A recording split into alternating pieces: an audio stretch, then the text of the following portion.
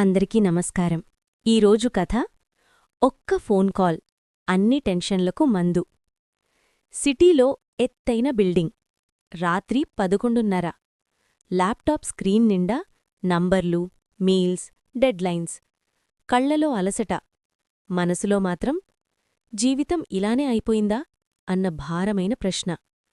Office pressure, టార్గెట్లు, traffic, ఒంటరితనం. అప్పుడే టేబుల్ మీద ఫోన్ వణికింది. నంబర్ చూసి ఇగ్నోర్ చేద్దామనుకున్నాడు. కాని స్క్రీన్పై కనిపించింది అమ్మ. ఒక్క క్షణం ఆగాడు. తరువాత కాలెట్టాడు. అమ్మ మెల్లగా అడిగింది, బావున్నావా నాన్నా? అంతే, అంతే. గుండెలో కూరుకుపోయిన అన్ని టెన్షన్లు నిశ్శబ్దంగా జారిపోవడం మొదలయ్యాయి. అతను పెద్దగా ఏమీ చెప్పలేదు. కాని కళ్లల్లోంచి కన్నీళ్లు మెల్లగా జారాయి.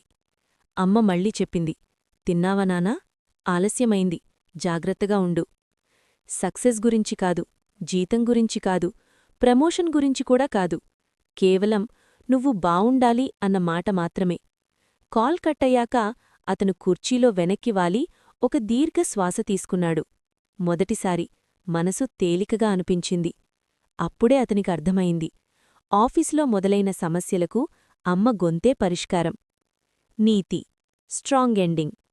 సిటీ జీవితం ఎంత బిజీ అయినా ఒక్కసారి మనవాళ్లతో మాట్లాడితే జీవితం మళ్లీ సరిదారిలో పడుతుంది. ఇలాంటి కథల కోసం ఏఆర్ సోల్ ఫ్రేమ్స్ ఛానల్ని సబ్స్క్రైబ్ చేసుకోండి. ధన్యవాదాలు.